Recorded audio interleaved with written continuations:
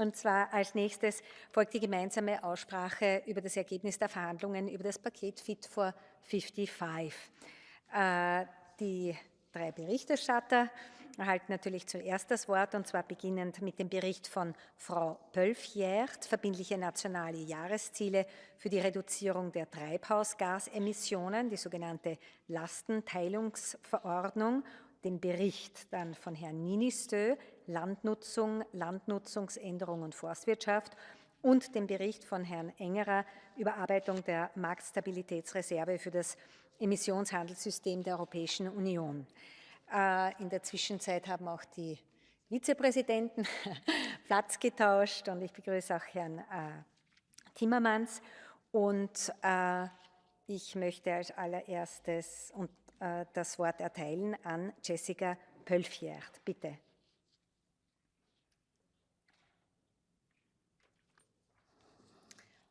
Tack fru talman, herr förste vice ordförande, kära kollegor. När vi senast debatterade EUs nationella klimatmål i den här kammaren sa jag att det är dags att göra allvar av klimatpolitiken. Den här veckan är det precis det vi gör. Genom att anta flera nya klimatlagar visar vi i Europa att vi inte bara kan sätta höga mål, utan vi kan också enas om handlingsplaner för att nå dit. För första gången någonsin har vi byggt en stark majoritet för att alla EUs medlemsländer ska få bindande mål om att faktiskt minska sina utsläpp.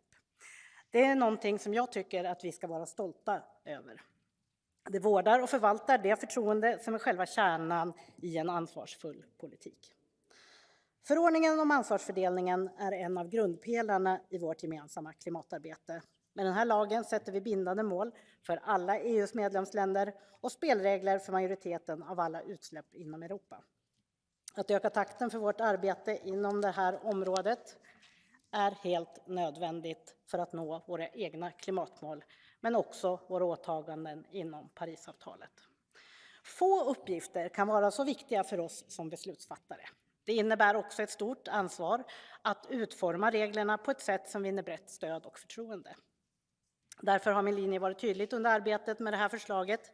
Vi behöver ett politiskt ramverk som höjer ambitionerna för hela EU, samtidigt som vi respekterar medlemsländernas traditioner och skapar rätt förutsättningar för att hela samhället ska kunna ställa om.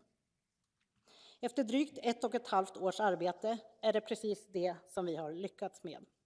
Vad vi nu har på bordet är ett förslag som är ambitiöst, det är framtidsinriktat och genomförbart. Tillsammans har vi enats om en rad viktiga principer. Det första ökar vi ambitionen för hela Europa i linje med den europeiska klimatlagen.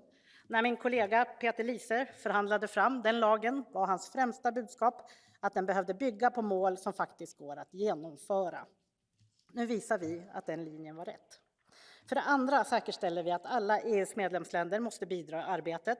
Inget land kan åka snålskjuts på andras åtaganden. För det tredje har vi säkerställt att medlemsländerna får utforma sina mål på ett sätt som passar dem bäst. Alla länder och alla sektorer måste bidra i klimatarbetet, men EUs roll är att sätta tydliga ramverk, inte att detaljreglera. För det fjärde så höjer vi blicken bortom 2030. För mig har det varit avgörande att koppla ihop dessa mål med det stora målet om klimatneutralitet, och vi har nu stakat ut och visat konkreta steg som medlemsländerna ska ta. Sist men inte minst har vi infört striktare krav för efterlevnad. Framförallt vill vi se ökad transparens, samtidigt som vi kräver att de medlemsländer som missar sina mål måste också förklara varför man avviker och hur man tänker att åtgärda det framöver. Jag vill tacka mina kollegor från de andra politiska grupperna för ett gott samarbete i den här frågan. Bas Eickhout, Javi Lopez, Linnea Sörgard Lindell som inledde förhandlingarna och tog sedan över av Nils Torvalds, Margareta Auken, Silvia Sardone, Anna Selewska och Silvia Modig.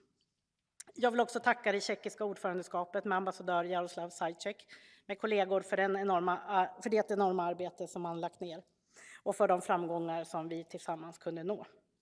Och sist men inte minst vill jag också tacka vice ordförande Timmermans och hela teamet på DD Klima för gott samarbete. Jag är övertygad om att vi har kommit en lång bit på vägen och att vi kan göra den här resan tillsammans. Och nu är det upp till medlemsländerna att också leverera och visa vilja. Tack. Dankeschön. Nun erhält der nächste Berichterstatter das Wort, Ville NIINISTÖ. Bitte. Madam President, the way we use our land and soils must change. Instead of contributing to climate change, it can and must be turned into be sustainable both for climate and nature. We must put an end to practices which are damaging for biodiversity and jeopardize the capacity of forests and soils to absorb carbon. This is the future for the economy as well. There is a growing demand for regenerative farming and forestry, and also in nature restoration, in protecting our biodiversity, it can also contribute to added climate benefits. This is what the LULUCF regulation is about. At the outset of the trilogue negotiations, both the European Parliament and the Council supported the objective of reaching minus 310 million tons of net removals by 2030, as proposed by the Commission, and maintained the idea of national targets. This will allow the EU to reach around minus 57% of net emission reductions by 2030 economy-wide. For the first time, the principle that member states should increase their sinks has been endorsed by the co-legislators with a binding 2030 target for each member state. This is a historic achievement.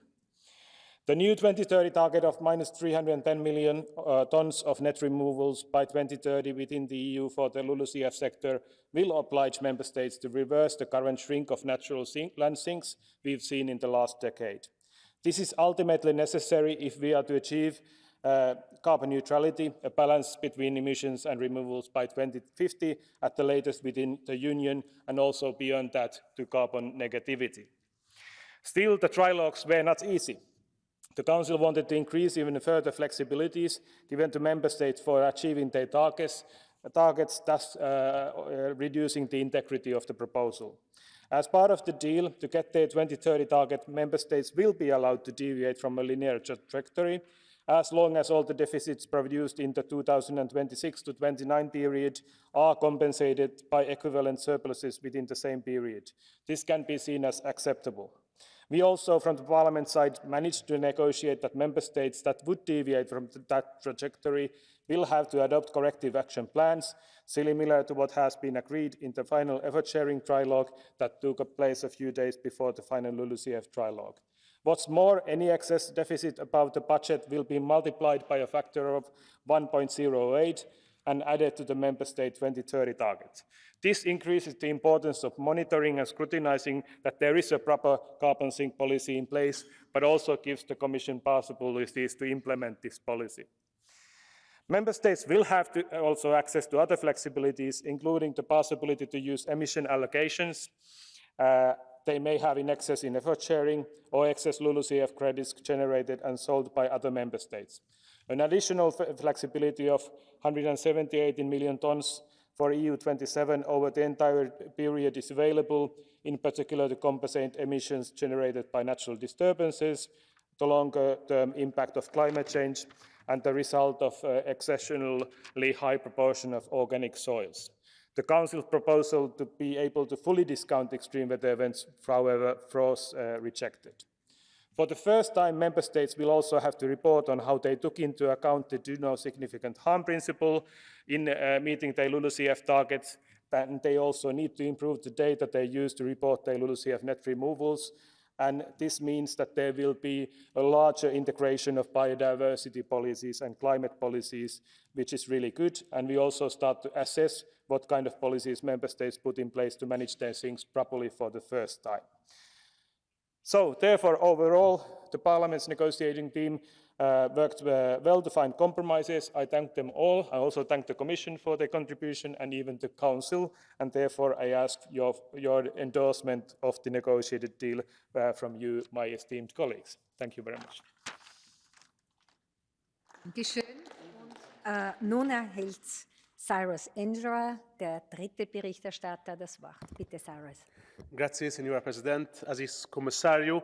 Għal snin twal diversi żgħażagħ u xjentisti wissew illi iż-żmien qiegħed jafas u li wasal iż-żmien biex naġixxu qabel ikun tard wisq. Nevidaw traġedji kbar marbuta mal-klima madwar id-dinja kollha. Dak iż-żmien huwa issa. Ninsabu fil-front line tal-ġlieda kontra it-tibdil fil-klima. Qed naraw diżastri madwarna ta' spiss ikkawżati mill-estremitajiet tal-klima u l-punt irreversibbli huwis fil-qrib. Dan hu l-mument u aħna wedna li se nkunu fuq quddiem nett bħala leaders biex nagħmlu minn kollox biex insalvaw l-uniku pjaneta fejn il-ħajja umana tista' tgħix. Il-kol kemm aħna nieħdu ħsieb li djar li ngħixu fihom u li rabbu lil uliedna fihom nevitaw milli jkollhom il-periklu. U din hija l-attitudni li jrid ikollna lejn id-dinja tagħna. U mhux talli hekk, talli din trid tibqa' prijorità għalina minkejja dak kollu li qiegħed iseħħ madwarna.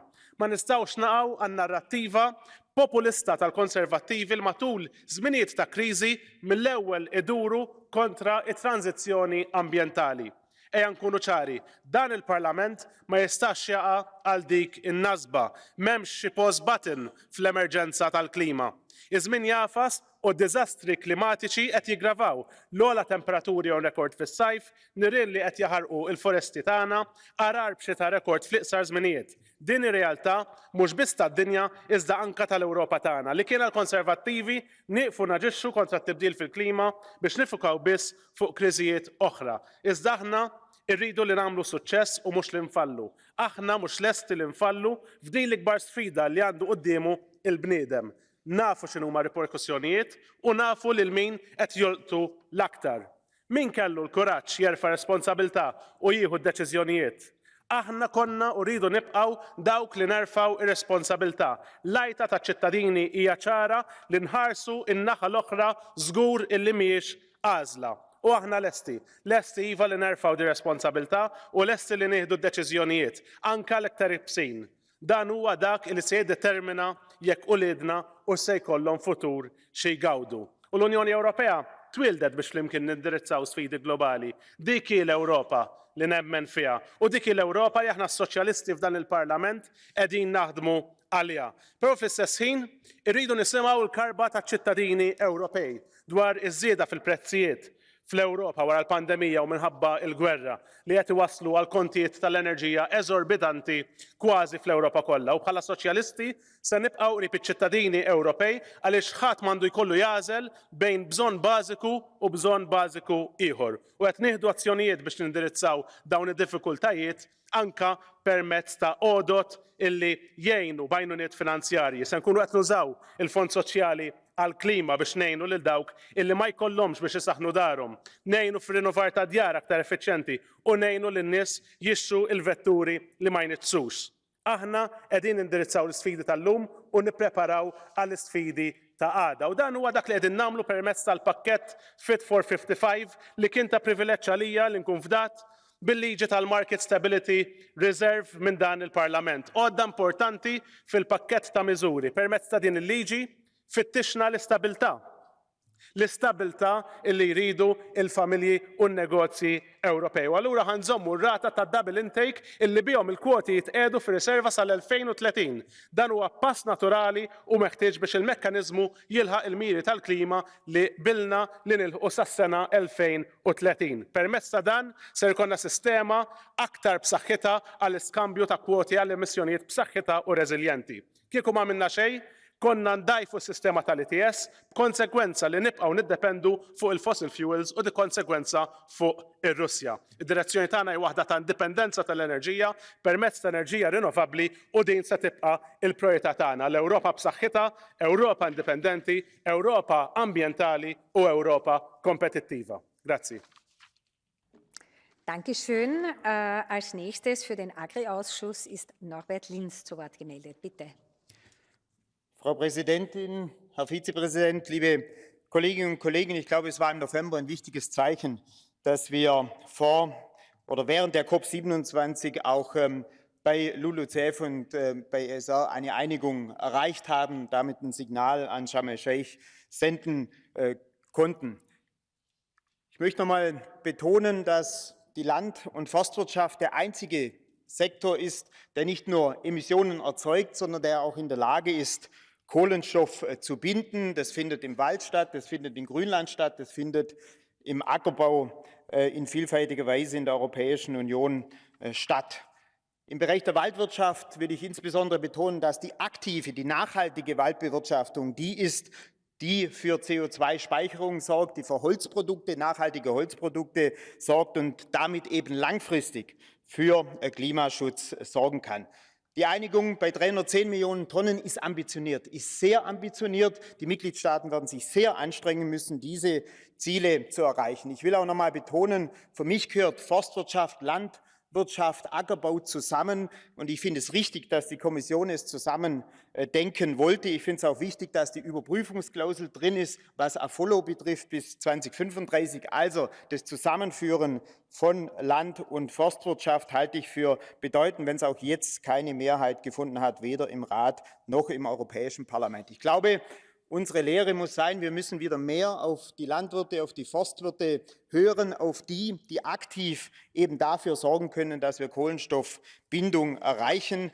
Mir ist aber auch wichtig, dass wir das insbesondere in dem Prozess jetzt zu Carbon Farming, zu der Zertifizierung, die die Kommission vorgeschlagen hat, jetzt auch besser erreichen und mit den Landwirten dort Anreize schaffen, um bei der Kohlenstoffbindung weiterzukommen. Natürliche Senken haben aber eine Begrenzung, deswegen brauchen wir schnell ein Gesamtwerk auch für CCU und CCS, also auch technische Methoden sind zukünftig wichtig. Herzlichen Dank.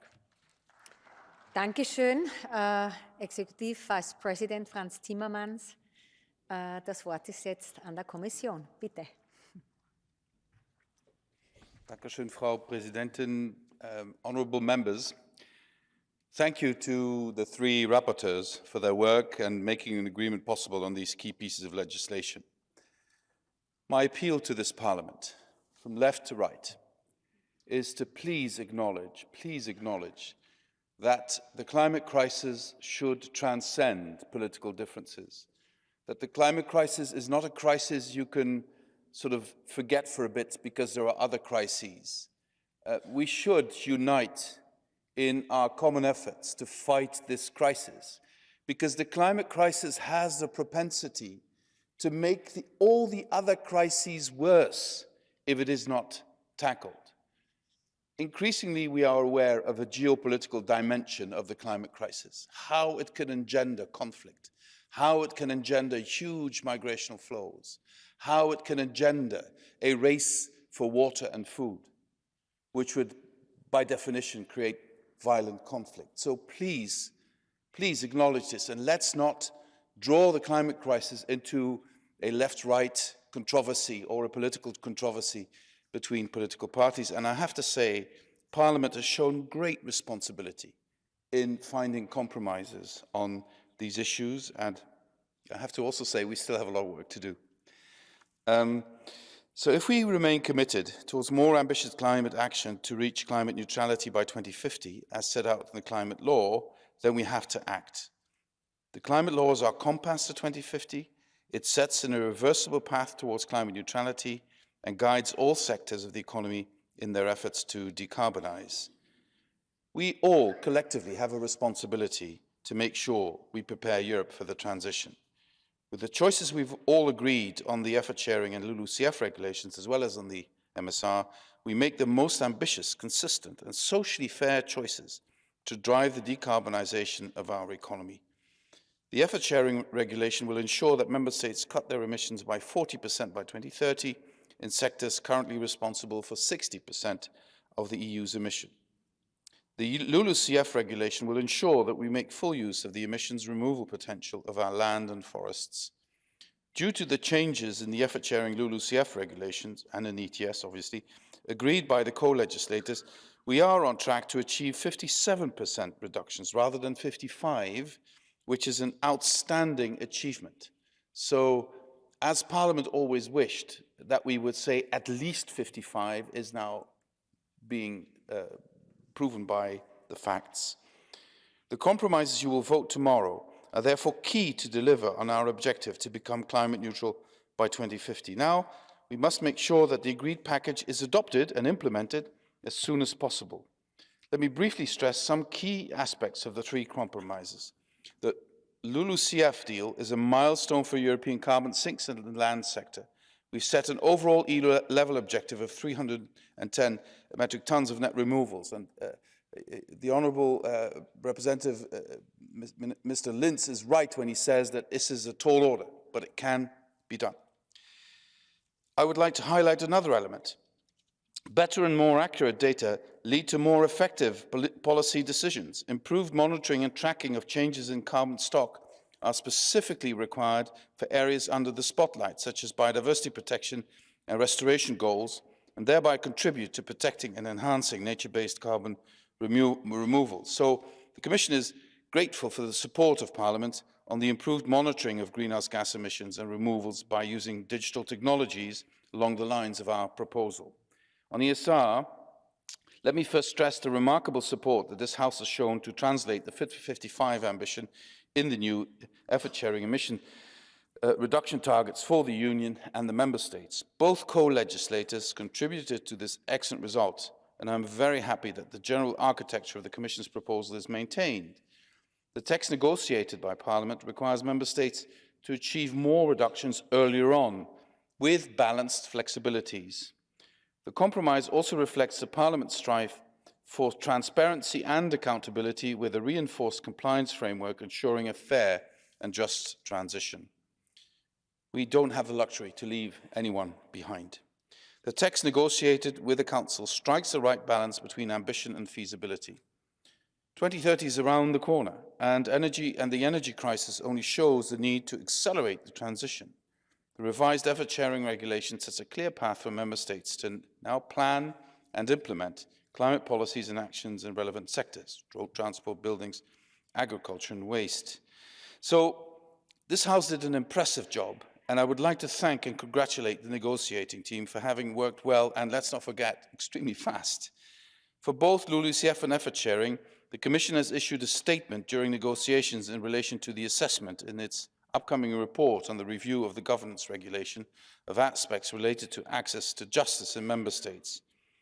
Access to justice remains an important support measure to help deliver the European Green Deal and a way to strengthen the role which civil society can play as a watchdog in the democratic space. Well, finally, very briefly, on the Market Stability Reserve, it's a small but important element of the Fit for 55 package. It's been a very successful instrument to absorb the structural surplus of allowances in the carbon market, and for it to act faster, the percentage of allowances in circulation to be placed in the MSR has been temporarily doubled from 12 to 24% until 2023. Without the proposal under discussion today, it would revert back to 12%. To continue reducing the surplus and ensuring market resilience, we proposed to maintain the doubled intake rate of 24% as now agreed by the co-legislators. This provides predictability and maintains a well-functioning carbon market, which is a carbon market that step by step has to become a global carbon market for all the world to reduce their emissions. Thank you very much. Der Dank geht zurück. Herzlichen Dank.